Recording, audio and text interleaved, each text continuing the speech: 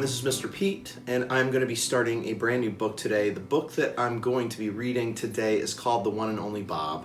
If it sounds familiar, it's because it is a companion book to The One and Only Ivan, which is a really popular book that Katherine Applegate wrote several years ago about a real-life gorilla. She was going to make it a nonfiction story about a specific gorilla and ended up turning it into this amazing first-person perspective book about Ivan the gorilla as he left his urban gorilla-ness and moved to the Atlanta Zoo. Bob is one of the most colorful characters in the book, and for many who read it, including myself, it's my favorite character, and I was ecstatic when I found out a couple of weeks ago that this book was coming out. So as long as the movie still comes out in August with all of the pandemic going on, for Katherine Applegate fans, this should be a great year. So without wasting any more time, let's go ahead and get started with part one. For my class, we're going to be reading all of book one today. Make sure that you are looking at least at your literary terms and techniques sheet. We have another video that's going to go with this that will help you through that. And of course, do all of the normal things that you do. Look for similes, look for metaphors, look for all of the characters, look for character traits, look for all of that colorful imagery and anything else that you may find. Go ahead and just put a star next to it. And of course, maybe it's something that we haven't talked about yet. So here we go. Book one, chapter one, Confession. The first thing I want you to pay attention to is what perspective? Is it first person or is it third person? And you should probably figure that out really quickly. Confession. Look, nobody's ever accused me of being a good dog. I bark at empty air, I eat cat litter, I roll in garbage to enhance my aroma. I harass innocent squirrels, I hog the couch, I lick myself in the presence of company. I'm no saint, okay? Rather interesting opening chapter. We already have character traits. Just think about those. And we know our main character already, and we know perspective. There's a word that's said 1, 2, 3, 4, 5, 6 different times that should tell you what perspective that is. Look on your lit terms sheet and see if you can figure it out, and then circle it. Chapter 2. And while I'm at it, I may or may not have eaten a pepperoni pizza with anchovies when nobody was looking. Also, I may or may not have eaten a coconut vanilla birthday cake when nobody was looking. Also, I may or may not have eaten a Thanksgiving turkey, except for the stuff and way too much rosemary, when nobody was looking. Nobody looking. That seems to be a common thread. As they say on the crime shows, motive and opportunity. Two great vocabulary words, motive and opportunity. Take a second or two to look those up. Definitely got more character traits there for Bob. That we already know these character traits from The One and Only Ivan, but remember, you have to be able to tie a character trait to the text from the book that you're reading. Just because it's a character that carries over doesn't mean you can use the other book alone. You can use it, but not alone. And I also want you to keep in mind something. This is Bob filling in gaps. We don't have real plot yet. What's happening here is Bob is, for the people who haven't read The One and Only Ivan, Bob is starting to fill in gaps about who he is. Chapter 3. Robert. Name's Bob. I'm a mutt of uncertain heritage. Vocab. Definitely some Chihuahua, with a smidgen of Papillon on my father's side. You're probably thinking I'm some wimpy lapdog, the kind you see poking out of an old lady's purse like a hairy keychain. But size ain't everything.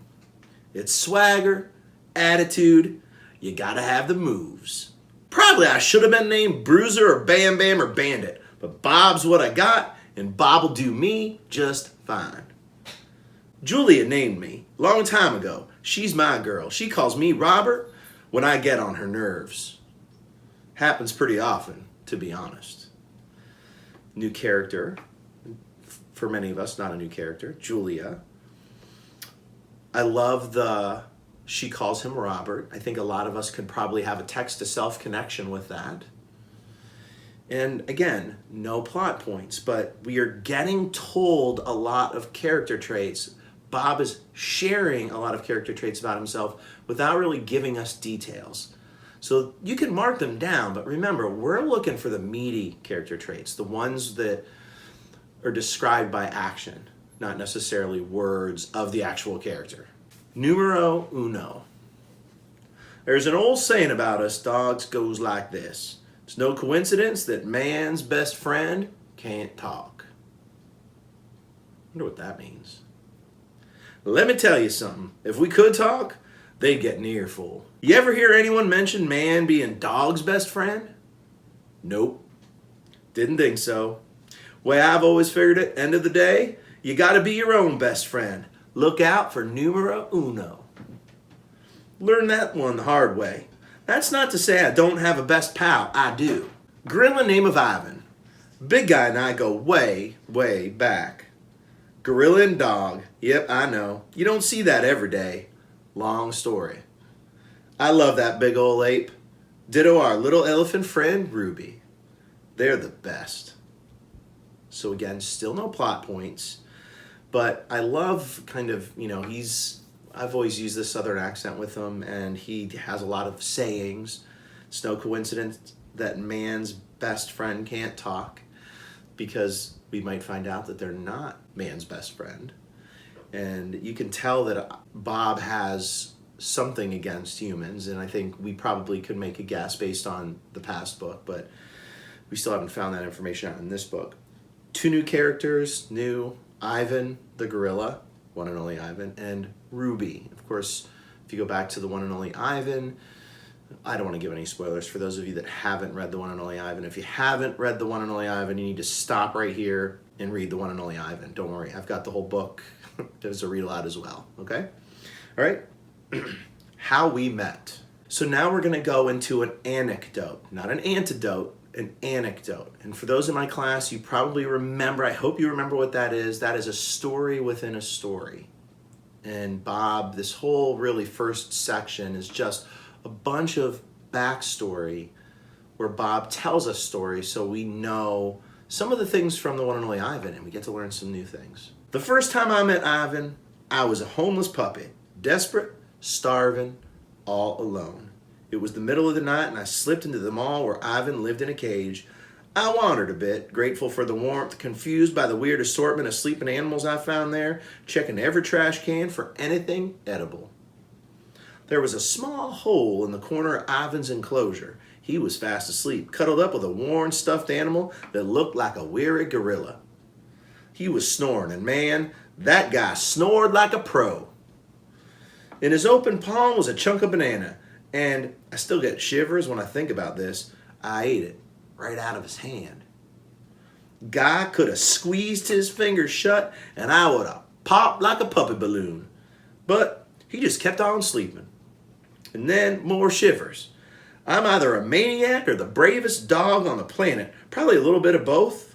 I hopped onto that big, round, furry tummy of his. That's right, I climbed Mount Ivan. Crazy, I know. I have no idea what I was thinking. Maybe I was so exhausted I went a little bonkers. Maybe he just looked so warm and cozy that I figured it was worth taking a chance. I did my bed boogie. Dogs don't feel right till we do a quick dance before settling. Once I had things just so, I lay down in a little puppy lump and rode the waves on that tummy like a puny boat on a great brown sea. Tons of similes on this page, tons of metaphors on this page. Hopefully you can find them for our lit terms. When Ivan opened his eyes the next morning, he didn't seem surprised in the least to find a puppy snoozing on his belly. He refused to move until I woke up. I think he was as glad as I was to have found a new friend. So we immediately get a character trait for Ivan. He didn't move until Bob woke up. And we also kind of get to start seeing that connection between Bob and Ivan that we got to see so well in the one and only Ivan. The amazing history of man's best friend. Before long, me and Ivan were best buddies. We're an unlikely pair, sure. Ivan's calm and serene, a philosopher and artist. I wish I could be more like that. No one's ever accused me of being level-headed. Lots of character traits there again, telling, not showing. Hot-headed, sure. And I can't talk pretty like Ivan can. I'm a street dog after all, and proud of it.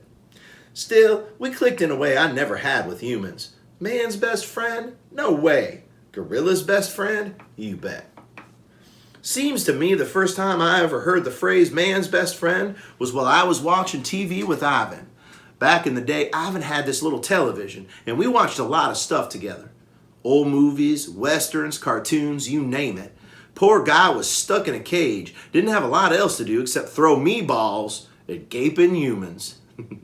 There is a glossary, meatballs are in there again. I'm not telling you what meatballs are. You can post in the comments what meatballs are. Just look in the glossary.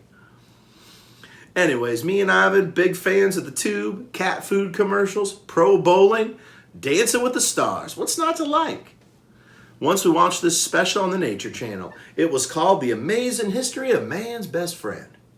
Show was all about famous dogs. There were rescue dogs and therapy dogs and war dogs and fire dogs and movie dogs and this dogs and that dogs. And between you and me, most of them were just plain overachievers. Then they got to this dog named Hot something or other, Hatchet Toe maybe. Seems his owner died. For the record, I object to the word owner, but we'll set that aside for now. This Hatch something or other sat around for over 9 years in the same spot at the same train station, day after day, waiting for him to return. That is a true story. That is an absolute true story. So, yeah, you should probably expect a video about that. Thing is, the narrator guy was blabbing on and on about this dog. Really over-the-top stuff. How loyal, how loving. Break out the Kleenex. Blah, blah, blah. Wah. Man's best friend. They made a statue of this dog. I kid you not. A statue of the dog who sat around 9 years waiting for a dead guy. In my opinion, that dog was a ninny. A numbskull. A nincompoop. Yeah, for those of you who are coming off of Wednesday Wars with me, ninny probably means something to you. Except pied ninny. I'm yours. Let me tell you about being man's best friend. Being man's best friend can mean a lot of things. Companionship, belly rubs, tennis balls, but it can also mean a dark, endless highway and an open truck window. It can mean the smell of the wet wind as hands grab the box you're in with your brothers and sisters and you go sailing into the unkind night and still, crazy as it sounds, you're thinking, but I'm yours, I'm yours, I'm yours. There's a little bit of imagery there and a touch of a story that's probably familiar to you. No one. That's what being man's best friend can get you. A black highway, an empty box, and no one in the world but you. Early days. Here comes another anecdote. And we'll get the full story of one that we heard a little bit about in the one and only Ivan. I don't remember much about my early puppy days. It was 3 years ago, but sometimes it feels like 300. Mostly I recall fighting with my sibs for the primo meal spots. Lots of squirming and squeaking, everything soft and milk smelling and movable like we were one big complicated animal. Lots of hyperbole, some simile. I never met my dad and my mom didn't say much about him, except that he was trouble. Mom had a beautiful fawn coat, Chihuahua, some this, some that. Nice messy bloodline, mutts rule. Mom crooned to us, told us stories, laid down the law. I wonder if she knew she didn't have much time to prepare us for the world. We were born in a dark place, probably under some porch stairs, I suspect, since I remember the sound of boots plodding up and down, the biting and ugly smell of human feet. They called my mom Rio, new character, and they fed her most days, though sometimes she had to fend for herself. She never showed fear toward them or respect, indifference. I guess you'd say. Unless they'd try to handle one of us, she growled then, hoping to make it clear that we were hers and hers alone. I myself got picked up a couple of times. The hands reached in, grabbed. They were rough and smelled of strange scents, bitter and meaty. My mom's growl made me fearless, and I wriggled and yipped. The hands shoved me back to the warm place where I could sleep and drink and dream in safety. Still, I understood in my simple way that dogs belong to humans, and that was how it would always be. Foreshadowing? Boss. My mom wasn't much for names. She had a lot of litters. I guess she'd run out of ideas. My brother first was Nate, the firstborn. Runt, my youngest bro, was the last. Dot had a little spot on her back, and Yip was always complaining. I was rowdy, goes without saying, and that left my oldest sister. We called her Boss. Boss was small but mean, with a distinctive sharp-sounded bark. She could outmaneuver any of us to the best spot for dining. I admired her grit, even if she did get on my nerves. When we got a bit older, less blind, more cocky, I fought her off occasionally, but mostly Boss won. She was fearless, that pup. I think the one thing as a reader that you should really take note here is that he briefly mentions all of his siblings until Boss. And then we get a ton of Boss. We also can see maybe they had a bit of a rivalry, the part about her, him fighting her off. So it sounds like they were maybe he was the oldest male and she the oldest female, so they were kind of going toe to toe. Lots of character traits there about all of the dogs, but specifically about Boss. Alone. The truck happened without warning one night. They threw us in a box, left my mom behind. I could still hear her frantic howls. I landed in a muddy ditch. It was a cloudy night, nearly freezing. Even the moon had abandoned me. And the smells, everything so wild and unknown. Animals with big jaws and bigger appetites. Birds that swooped in to kill. More on that in a moment. Death and life all mixed up together. I searched for my siblings until the truth became clear. I was utterly alone. So we have, in this anecdote, we have imagery, a lot of imagery here. There's also setting here, time and place. So make sure you can note not only the when the story's happening, but the where it's happening, okay? The when and the where, always both. And we do have some personification on this page. Cars. The next morning, I began my slow journey, moving through the tall, wet grass, my limbs stiff from the cold, more setting. Now and then, I'd drink from a mud puddle or gnaw on some grass. By evening, I was wobbly with hunger and thirst. I followed the highway. Every time a four-wheeled creature roared by, I froze in fear, metaphor. And yet, and this is what slays me, I knew that cars meant humans, and humans meant the possibility of living, just as much as they meant the possibility of dying. So even after getting thrown out of a truck, losing all of his siblings, he's still thinking about humans being good and being his owner. The owl. Darkness had fallen when it came out of nowhere. The owl, a shadow in a shadow. They don't make a sound, not a sound. It's quite impressive when you think about it. So we're going to find out right away what happens, but you could make a quick prediction in your head. This is not a prediction, though, for your crop QVS.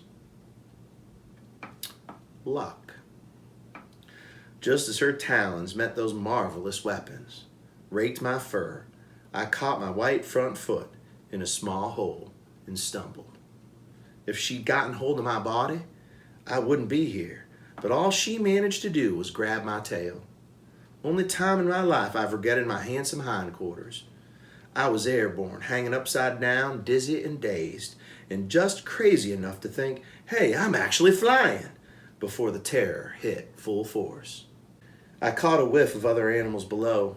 Later, I found out they were pocket gophers, but back then I just knew I was smelling something completely foreign. The owl must have decided the gophers would make a more satisfying meal. She let loose her grip, and I plummeted to the earth. More luck. Maybe it was my puppy fat or my soft bones or my incredible good fortune. But I didn't die. Didn't even break anything. I'd flown twice in my short life and lived to tell the tale. Well, I found a small hollow at the base of a fallen tree, poked my nose in and got a swat and a hiss from a grouchy raccoon. Kept going, waddling, whimpering. Lights ahead, new strange smells. Kept going, kept going. It's amazing how much the sheer will not to die can keep you moving. Exit 8. Bells should be going off. I finally came to a small road curving off the main highway. Exit 8 turned out to be. A big billboard overhead had a picture of a terrifying animal on it. We know that billboard. Of course, I didn't know what a billboard was. Didn't know that the scary animal was a gorilla, let alone that he would become my dearest friend.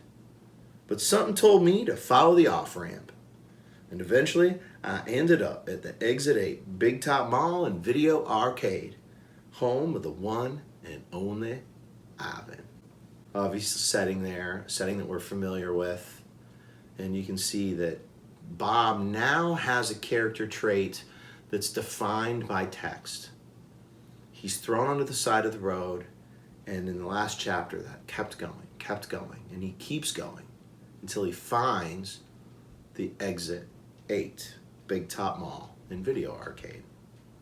What character trait would that be?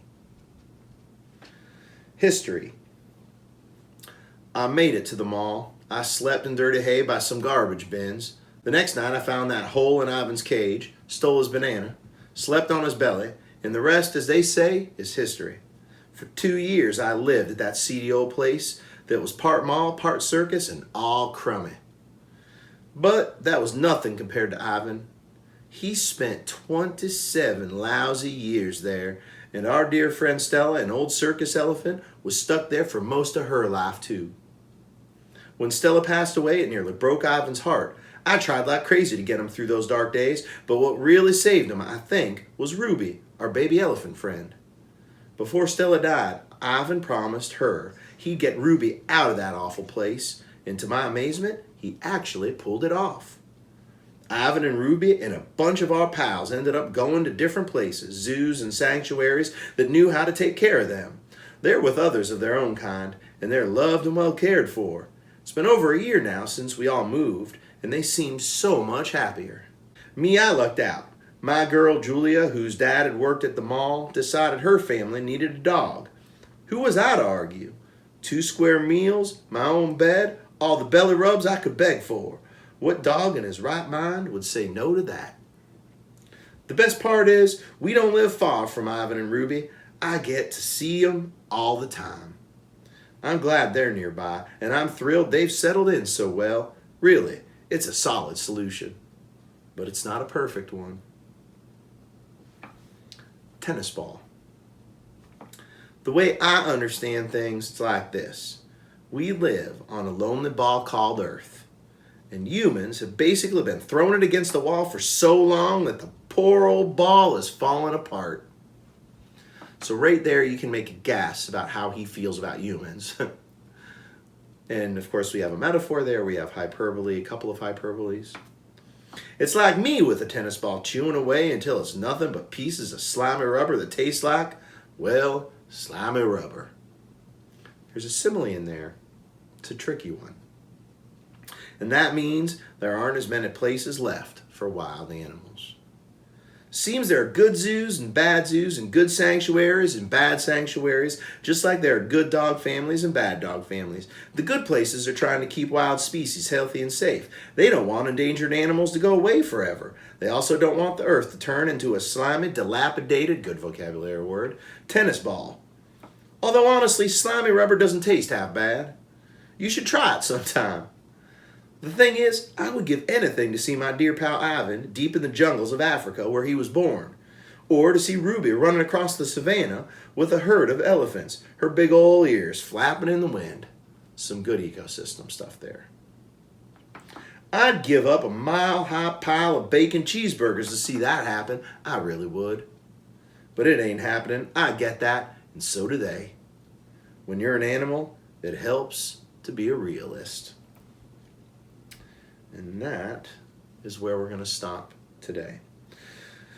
So for those of you who are just meeting Bob for the first time, you can see that Bob is very, very pessimistic about human beings because when he was a puppy, he was thrown out of a car window and eventually on his own couldn't find his brothers and sisters. We can make assumptions there because of the wild animals that they talked about and the wheels that they talked about, that he's the only one that survived. And he ended up traveling to the Exit 8 Big Top Mall and Video Arcade and meeting Ivan and living there for 2 years, and now lives with Julia and her father. And if you remember her father's name, you can put it in the comments below. For my class, please make sure you pull out that literary terms and techniques sheet and take a look at the sheet that I sent you today so that you can copy it down and see what it looks like. Today is a discovery day. We won't start having you fill it out until tomorrow. All right? Okay, on to day 2, part 2, book 2. See ya.